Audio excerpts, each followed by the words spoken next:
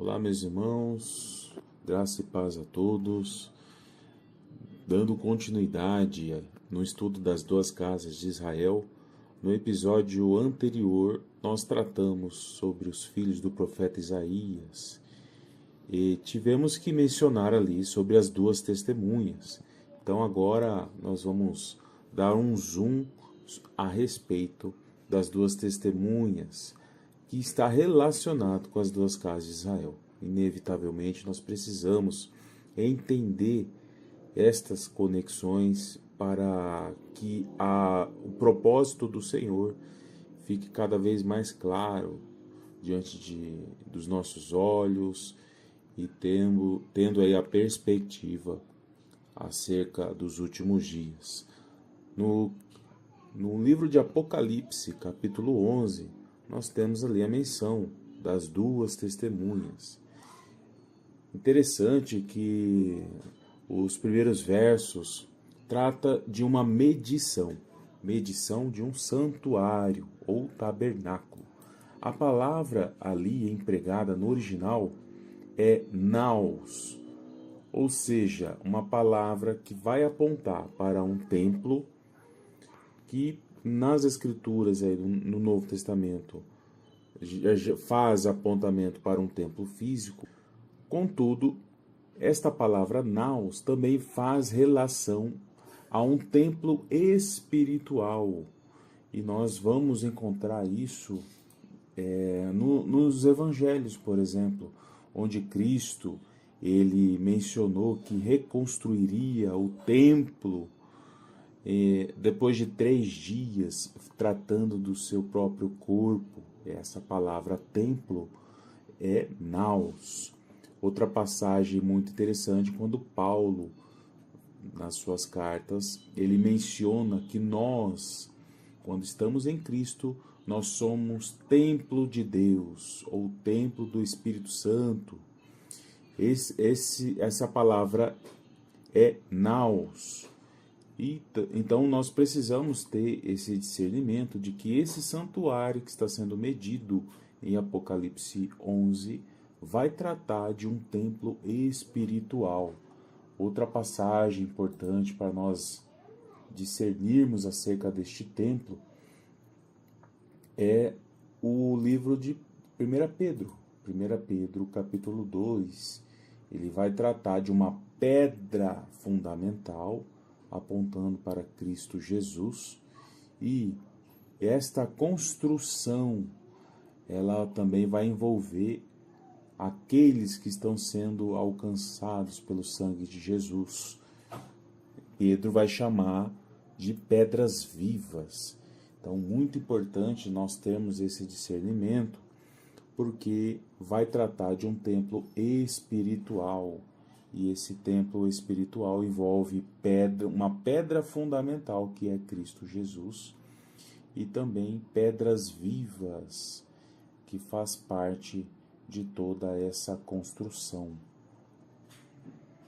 Também vós mesmos, como pedras que vivem, sois edificados casa espiritual, para serdes sacerdócio santo, a fim de oferecerdes sacrifícios espirituais agradáveis a Deus, por intermédio de Jesus Cristo.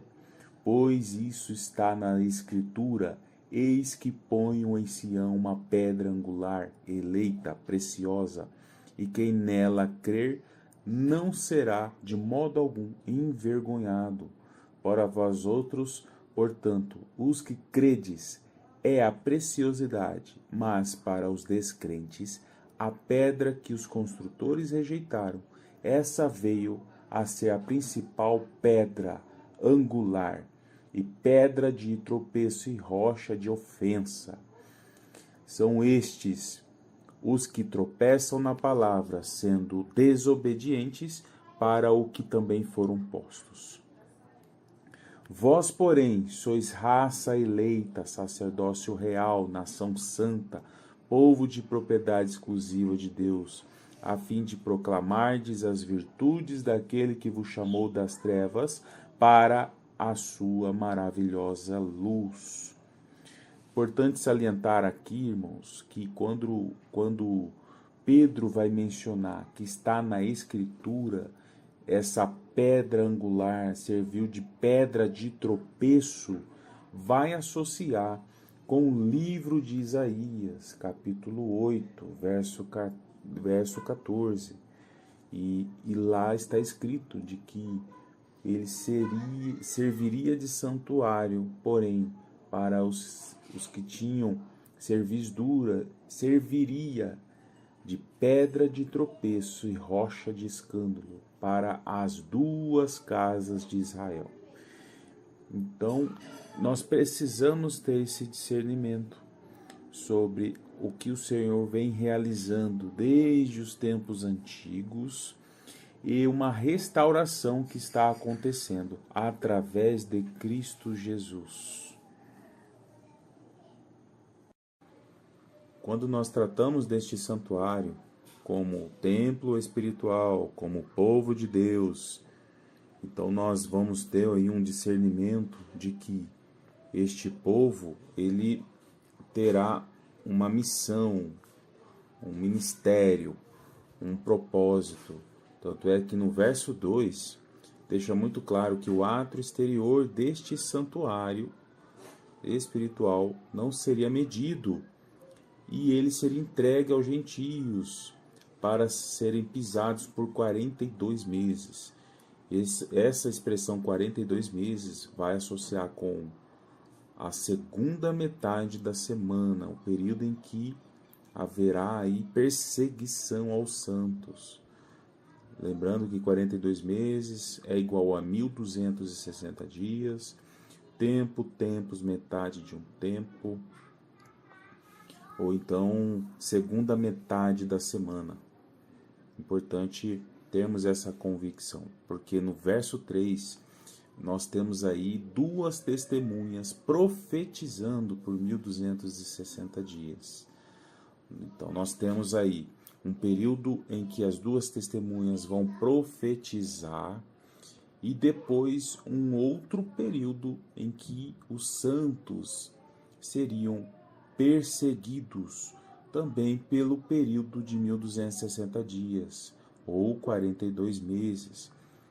E aí nós entramos no verso chave aqui, que as duas testemunhas são duas oliveiras e os dois candeeiros que se acham em pé diante do Senhor da terra.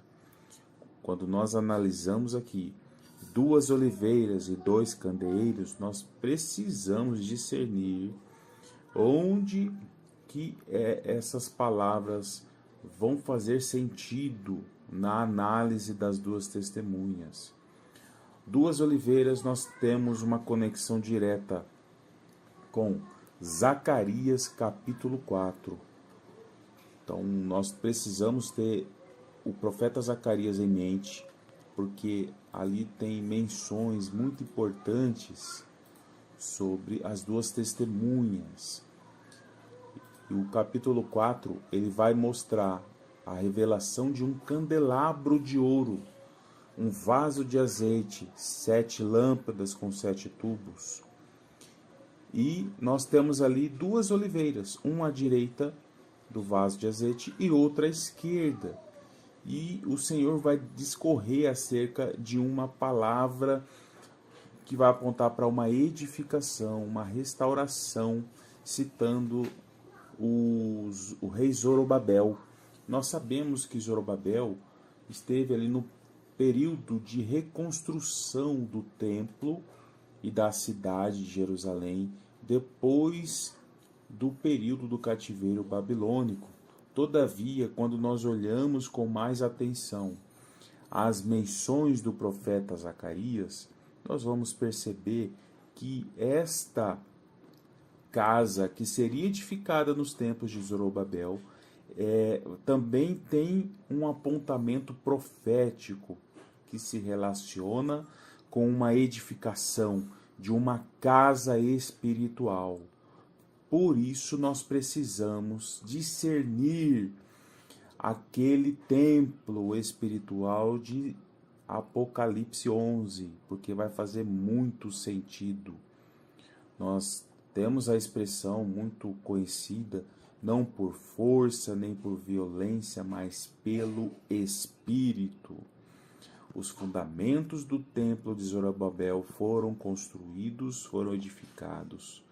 Contudo, pelo Espírito existe um fundamento, existe uma construção de uma casa, de um templo espiritual que está acontecendo até nos nossos dias e ela vai se consolidar nos últimos dias. Então nós precisamos ter esse discernimento.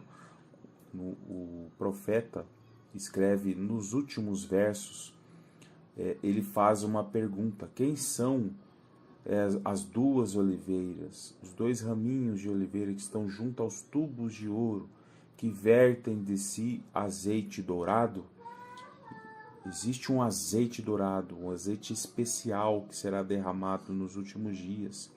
Está muito relacionado com a unção dobrada sobre as duas casas de Israel, sobre as duas testemunhas. Vai apontar aí para o Elias que há de vir e preparar o caminho para a volta de Jesus sobre a terra. O último verso vai relacionar com dois ungidos que assistem junto ao Senhor de toda a terra. Outra menção importante sobre as duas oliveiras está no livro de Romanos.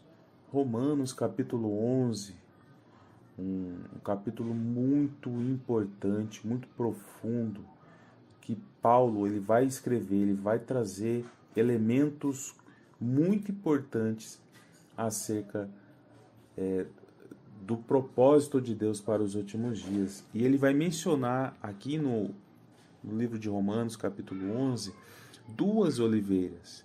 E ele vai relacionar a oliveira brava com os gentios, e ele vai relacionar a oliveira cultivada com os judeus. Então, aqui nós já verificamos que existe um enxerto, existe um propósito de ligação, de unificação em um só corpo, gentios e judeus. Está aqui algo muito importante, porque Paulo vai relacionar duas oliveiras que nos faz conexão com Zacarias 4, e também ao se tratar de duas varas sendo ligadas, enxertadas, nós também vamos relacionar com o profeta Ezequiel, capítulo 37. Depois dos ossos secos ali, da ressurreição, né, dos santos nos últimos dias, faz ali a partir do verso 15 uma menção de duas varas sendo ligadas uma na outra, no qual o Senhor pede para o profeta escrever numa vara Judá e na outra vara José, vara de Efraim, e o Senhor manda o profeta ligar uma vara na outra, e Paulo sabiamente escreve de maneira tal para que nós tenhamos aí uma percepção deste propósito, envolvendo as duas casas de Israel, envolvendo uma promessa que envolve duas oliveiras, que vai fazer com que nós façamos uma conexão com duas testemunhas. Outro detalhe interessante é que duas testemunhas também são dois candeeiros. E Jesus deixou muito claro que no livro de Apocalipse, capítulo 1, no último verso, verso 20, que os 7 candeeiros são 7 igrejas. Logo, se 7 candeeiros são 7 igrejas, então 2 candeeiros são 2 igrejas. Quando nós estudamos as 7 igrejas, as 7 cartas para as 7 igrejas, nós vamos perceber que na carta de Esmirna e na carta de Filadélfia não existe repreensão do Senhor para estas duas igrejas. São duas igrejas que estão íntegras diante do Senhor de toda a terra. Então nós temos diversas conexões, diversas maneiras de associar as promessas de restauração e o propósito do Senhor envolvendo duas casas de Israel e chamando-as para realizar um ministério de duas testemunhas, cristãos e judeus, posicionados na visão do reino. E aí nós relacionamos aí com o profeta Amós. O profeta Amós, no capítulo 3, ele vai declarar: andarão dois juntos se não houver entre eles acordo. Uma passagem muito importante que também aponta para os últimos dias. Cristãos e judeus unidos na mesma visão, na visão do reino, proclamando o evangelho eterno, o evangelho genuíno do reino, despertando a muitos com esta mensagem, despertando inclusive as 10 virgens. Trata-se de um povo posicionado, acordado, e quem está acordado vai relacionar com o atalaia, que toca a trombeta, que está na torre elevada, que tem uma visão ampla do cenário, consegue enxergar o propósito, consegue enxergar as armadilhas do inimigo para ofuscar a revelação da palavra para os demais. Estes atalaias, cristãos e judeus posicionados, eles vão profetizar e vão acordar a muitos, despertar muitos do sono, chamar para o arrependimento. E existe um propósito maravilhoso acerca disso. O profeta Amós vai declarar: certamente o Senhor não fará coisa alguma sem primeiro revelar o seu segredo aos seus servos, os profetas. Quem se posiciona nesta visão do reino, certamente terá condições de receber do Senhor as instruções de antemão para que ele possa cumprir com este ministério. E o Senhor tem algo para cada um de nós. Nós precisamos desde já nos despertar para este momento tão importante, o Senhor usando o seu povo posicionado, cristãos e judeus, para um propósito sublime. Portanto, tudo isso que nós estamos colocando aqui tem muitas passagens nos profetas, na própria Torá e também no Novo Testamento, que vão relacionar com este propósito dos últimos dias. Continue conosco, acompanhe aqui os nossos estudos. Se você tiver alguma dúvida, alguma pergunta, pode deixar nos comentários. Nós vamos aqui responder prontamente as suas dúvidas. Eu creio que muitas coisas o Senhor tem a nos revelar, nos ensinar, nos instruir, e precisamos nos preparar de corpo, alma e espírito para coisas grandes que o Senhor preparou para estes dias. Amém? Deus abençoe a todos.